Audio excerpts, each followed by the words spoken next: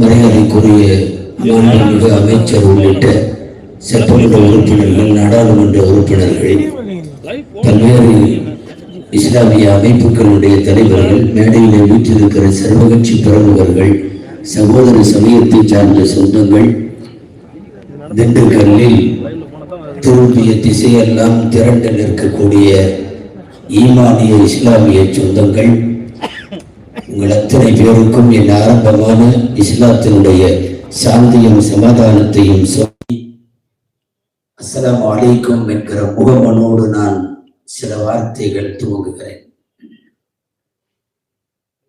அன்பானவர்களே, அரசியலமைப்பு சட்டத்திற்கு வக்ஃப் சட்டம் எந்த அடிப்படையில் எதிராக இருக்கிறது என்பது குறித்து இதுக்கு முன்னாடி பேசியவர்கள் எல்லாம் சொல்லிவிட்டார்கள்.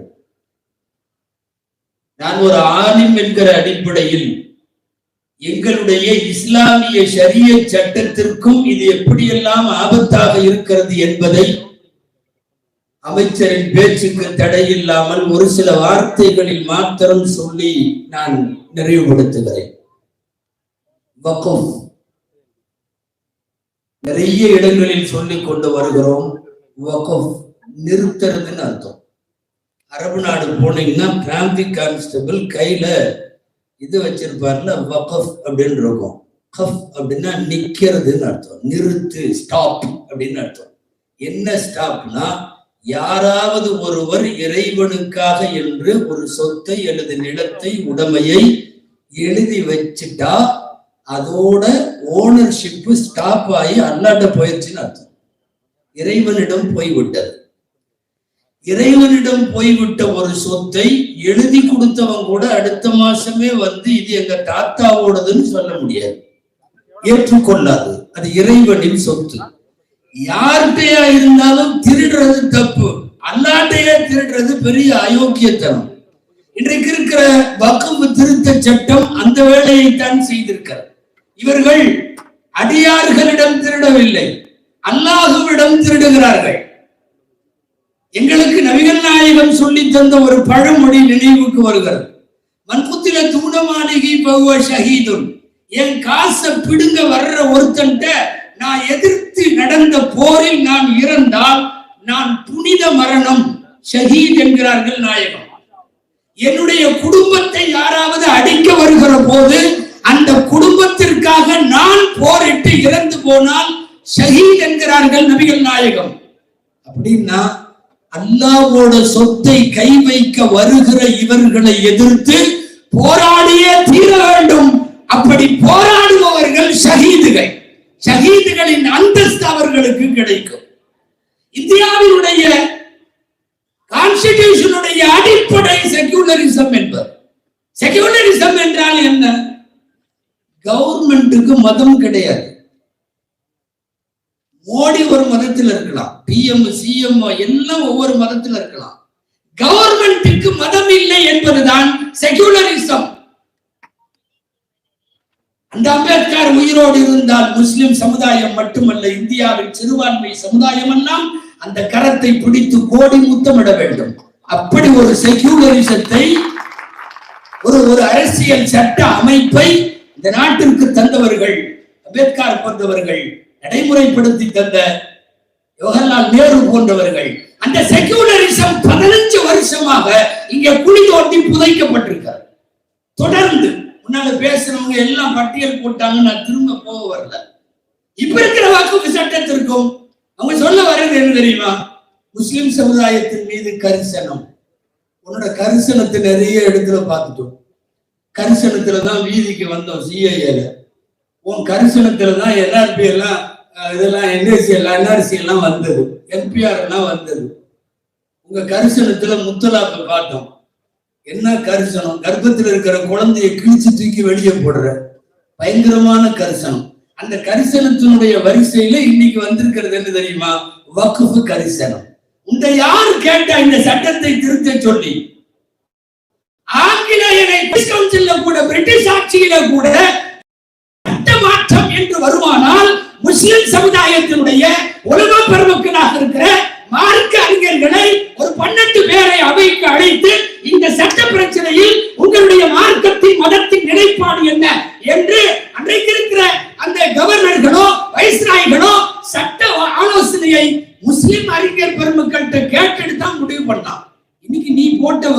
ஜாயிண்ட் கமிட்டி எல்லாம் போட்டிய எந்த உலமாக்களை வந்தவர்கள் சந்தித்தார்கள்? சட்டத்தை மாத்தலாமாங்கிறது நீ எங்களை போன்ற இஸ்லாமிய அறிஞர் பெருமக்கிட்ட ஆலிம்கிட்ட தான் நீ கேட்கணும். நீ எங்க கேட்ட?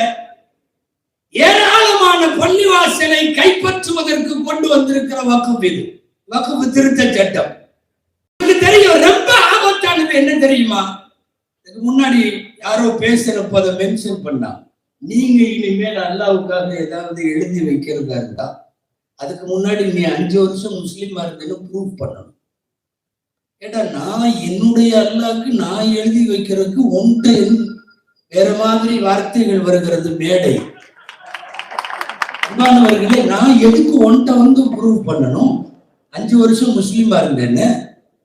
இது என்ன சட்டம்? யாரு கேட்டது 5 வருஷம் முஸ்லிம்ங்கிற இந்த ப்ரூஃப் சட்டம்? முஸ்லிம் அல்லாதவர்கள் வக்ஃப் வாரியத்தில் இடம் பெறுவார்கள். விஷயம் இவ்வளவுதாங்க. ரொம்ப ஷார்ட்டா சொல்லட்டுமா?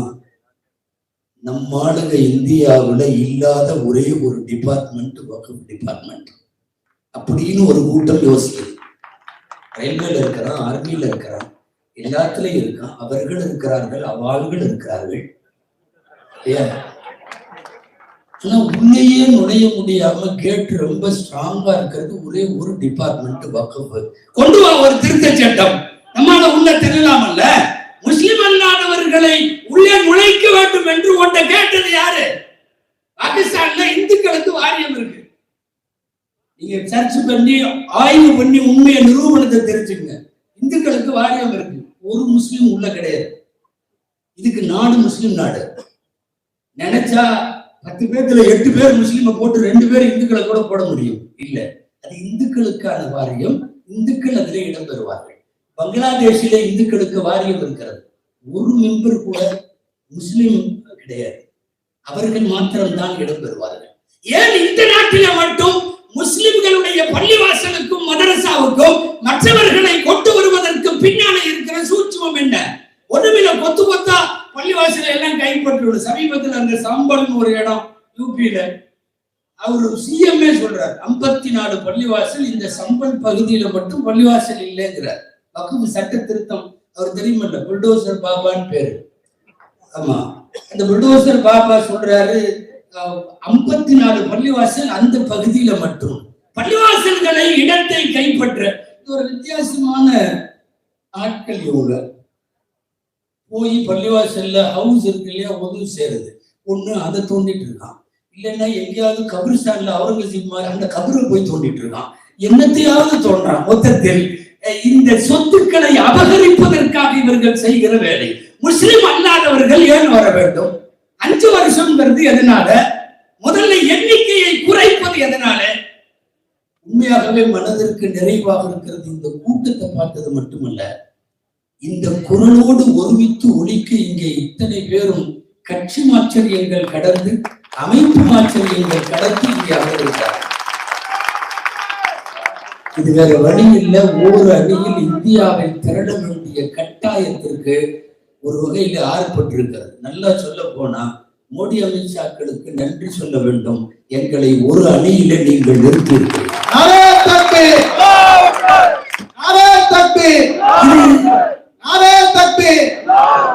இதே மாதிரி கூட்டம் முடிச்ச உடனே போயிடுவாங்க, ஒண்ணும் இருக்காது, 4 கோஷம் தான் போடுறாங்க நீங்க நினைக்க வேண்டாம். எங்களுக்கு சில முன்மாதிரிகள் இருக்காங்க. இந்த பஞ்சாப் விவசாயிகள் வருஷ கணக்குல போராடலாம், மாடெல்லாம் கூட்டிட்டு வந்துட்டான், டிராக்டர் எல்லாம் கூட்டிட்டு வந்துட்டான், ரோட்ல நின்று பயங்கரமா போராடினா சட்டம் வாபஸ் ஆனதை தவிர விவசாயி வாபஸ் ஆகல. தொடர்ந்து போராடுவதற்கு முயற்சிக்க வேண்டும் என்பதை இந்தியாவில இருக்கிற பல்வேறு சிறுபான்மை சமூகங்கள் எங்களுக்கு கற்று தந்திருக்கிறது. அதனால் தான் இங்க இத்தனை பேர் உள்ளுக்குள்ள இந்துக்கள் இருக்கிறார்கள். எங்களுடைய சமயமும் சகிப்புத்தன்மையும் இந்த நாட்டுக்கு தெரியும். முன்னாடி பேசினாங்க தீவிரவாத முத்திரையை குத்தி வச்சுட்டாங்க, அது குத்திட்டாங்க. பயங்கரவாத முத்திரை நிறைய குத்தி குத்தி ஓரளவு ஜெயிச்சுட்டானுங்க. ஆமா, இப்ப பஸ்ல எல்லாம் போனா என் பக்கத்துல எல்லாம் யாரும் உட்கார்றது இல்லை. இடம் இருந்தாலும் உட்கார மாட்டேங்கிறான். அவனுக்கு என்ன சந்தேகம்னா, இவ்வளவு பெரிய தாடி வச்சிருக்காரு, ஜோப்புல குண்டு வச்சிருப்பாரோ? உண்மைதாங்க, எவனும் உட்கார. சார் சீட்டு காலியா இருக்கு, உட்காருங்க வானாயா. அவன் வானாயான்னு சொல்றதுல இவங்களுடைய பிரச்சாரம் தான் இருக்கு. உண்மைதானே? உறக்க சொல்லுகிறோம், உண்மையை சொல்லுகிறோம். சபரிமலை பக்தர்கள் இங்க நாங்க 10,000 பேர் உட்கார்ந்துருக்கோம். கூட்டிட்டு வந்து ஒரு 100 பேர்த்த உள்ள விடு. பக்கத்துல இருக்கிற பழனிமலை பக்தர்கள் கொண்டு வந்து 100 பேர்த்த உள்ள விடு. தூசுபடாமல் அவர்களின் கண்ணியத்தை நாங்கள் காப்போம். ஏன் தெரியுமா? ஏன் தெரியுமா? எங்களுக்கு இந்துக்கள் யார் என்று தெரியும், இந்துத்துவா யார் என்று தெரியும். நாங்கள் இந்துக்களுக்கு சகோதரர்கள், நாங்கள் எல்லோரும் அண்ணன் தம்பிகள். சொல்ல போனால் இங்க இருக்கிற திண்டுக்கல்லோ ஆத்தூரோ சித்தூரோ அத்தனைக்கும் ஐபி அவர்கள் செல்ல பிள்ளை இல்லையா? இந்துக்கள் வேறு, இந்துத்துவா வேறு. ஆனால் இந்துத்துவாவினுடைய அந்த திட்டங்களை தவிடுமுறையாக்குவதற்குத்தான் இன்றைக்கு இந்த திரளான கூட்டம். இங்கு மட்டுமல்ல, இந்தியா முழுக்க, குறிப்பாக வட இந்தியாக்களிலே கூட கொழுத்து விட்டெறியும் ஒரு வகுப்பு திருத்த சட்டத்தை இன்றைக்கு மக்கள் எதிர்த்துக் கொண்டிருக்கிறார்கள். போராடியே ஆக வேண்டும். போராட்டத்தை கைவிட்டால் நம்மை கபருக்கு அனுப்பி விடுவார்கள்.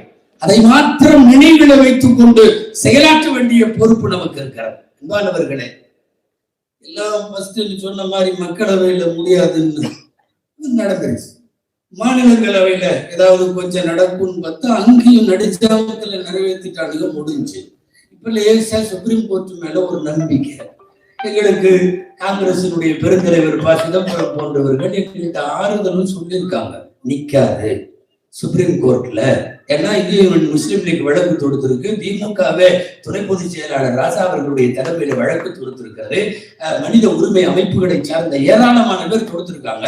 சுப்ரீம் கோர்ட்ல பாய் நிக்காது பாய், இந்த கேஸ் கவலைப்படாதீங்கன்னு ப. சிதம்பரம் சொன்னாலும் மனசுக்குள்ள லேசா ஒரு உறுத்தல். என்னன்னா, சட்ட புத்தகத்தை வச்சுட்டு தீர்ப்பு வழங்கினா நம்ம தான் ஜெயிப்போம், திடீர்னு மனசாட்சிப்படி தீர்ப்பு வழங்குவாங்க. பிரச்சனையா தான் கான்ஸ்டிடியூஷனை கையில வச்சுக்கிட்டு, ஐபிசி அதாவது இந்தியன் கிரிமினல் கோட கையில வச்சுக்கிட்டு எவனாவது தீர்ப்பு சொல்றதுக்கு வந்தான்னா ஜெயிக்கிறது நம்ம தான். நிச்சயமா வகுப்பு சட்ட திருத்தம் நிக்காது. ஆனா திடீர்னு ஏதாவது ஒரு படத்துக்கு முன்னாடி உட்கார்ந்து மந்திரம் எல்லாம் போட்டு நேரா வந்து, நான் அதிகாலை எழுந்த போது என் மனசாட்சியில இப்படிப்பட்டது, எனவே வகுப்பு சட்ட திருத்தம் செல்லும் சிக்கலாயிடும். அதனால பொறுத்திருந்துதான் பார்க்க வேண்டும். நாங்கள் இன்றைக்கு இருக்கக்கூடிய இந்த ஆட்சியாளர்களுக்கு சொல்லுகிறோம், ஒட்டு மொத்தமாக லட்சக்கணக்கான மக்கள் வீதிக்கு வருகிறார்கள் என்றால் அவர்களுக்கும் உங்களுக்கும் என்ன தகராறு? அவர்களின் உரிமைகளில நீங்கள் கை வைக்க போய்த்தானே அவர்கள் வருகிறார்கள். நிறைய பேரை பார்த்திருக்கோம், கொடுங்கோளர்கள்லாம் என்ன ஆனாங்கன்னு. நேற்றைக்கு முன்தினம் கோவையில இது போன்ற ஒரு மாநாட்டிலே தான் கோவையில சொன்னேன். பெரிய கொடுங்கோளன் ஒருத்தர் இருந்தார், அவருக்கு ஹஜ்ஜாஜ்னு பேர், மோசமான ஆட்சி. கடைசியில பார்த்தா அவர் இறந்த செய்தியை ஒருத்தர் வந்து சொன்னார். பெரிய மனிதர், மாமேதை, மார்க்க மேதை இப்ராஹிம் நகரின்னு ஒருத்தர், அவர் பள்ளிவாசல்ல உட்கார்ந்து இருந்தார். ஆளு போயிட்டான் அப்படின்னாங்க. டக்குன்னு சஜிதான விழுந்துட்டாரு கீழே. சஜிதான தெரியுமில்ல, சிரம் பணிஞ்சு இறைவனுக்கு நன்றின்னு சொல்லக்கூடிய சிரம் பணிகிற சஜிதா, சந்தோஷத்துல சஜிதா. உங்களுக்கு எல்லாம் இபாதத்து சஜிதா தெரியும், திலாவத்து சஜிதா தெரியும். இது சந்தோஷத்துல சஜிதா டக்குன்னு செஞ்சுட்டாரு. என்னன்னா அப்படி ஒரு சந்தோஷம் அவருக்கு. நீங்க யாரையும் புரிஞ்சு கூடாது, நம்மளுக்கு எல்லாம் ஒரு சஜிதா செய்யணும்னு ஆசை இருக்கு. நீங்க எதை புரிஞ்சு சிரிக்கிறீங்கன்னு தெரியல, நான் எந்த பேரும் சொல்லல. அன்பானவர்களே, ஆட்சியாளர்களுக்கு சொல்லுகிறோம், எக்கச்சக்கமான பேரை இந்த உலகம் பார்த்திருக்கிறது. தயவு செய்து சிறுபான்மை சமூகங்களுக்கு மரியாதை தாருங்கள். சிறுபான்மை சமூகங்களுடைய உரிமைகளை மதிக்க கற்றுக்கொள்ளுங்கள். இல்லாவிட்டால் மோசமாகிவிடும் உங்களுடைய இறுதி முடிவுகள். எத்தனை சர்வாதிகாரிகள் இந்த நாட்டுல, இந்த உலகத்துல. ஹிட்லர் வரலாறு என்ன, முசோலினி வரலாறு என்ன, நான் பேச வரல. ஃபைனலாக என்ன நடந்தது? மனைவியோட சேர்ந்து தற்கொலை பண்ணிக்கிற மாதிரி தலைவர்கள். ஒன்னே ஒண்ணு சொல்லணும், அவனுக்காவது கூட செத்து போறதுக்கு மனைவி இருக்கு. நான் யாரும் பேரையும் சொல்றேன். தயவு செய்து வரலாற்று மன்னிக்க முடியாத மிகப்பெரிய சட்ட திருத்தங்களை கையில் எடுக்காதீர்கள். தொடர்ந்து நான் இங்க இருக்கிற பல் சமூக மக்களை கேட்டுக்கொள்ளுகிறேன், போராடுவோம், கடைசி வரை போராடுவோம். ஒரு இன்ச்சு இடத்தை கூட, ஒரு கபிரிஸ்தானில் ஒரு மையத்து அடக்குகிற இடத்தை கூட உங்களுக்கு விட்டு தர மாட்டோம். எல்லாம் வல்ல இறைவனிடத்திலே கையேந்துகிறோம். இறைவா, ஆக்கிரமிப்புகளையும் ஆக்கிரமிப்பு செய்பவர்களையும் அதற்கு துணை போவர்களையும் நீ அப்புறப்படுத்தி தருவாயாக என்கிற பிரார்த்தனையோடு அமைகிறேன். நன்றி. அஸ்ஸலாமு அலைக்கும் வரஹ்மத்துல்லாஹி.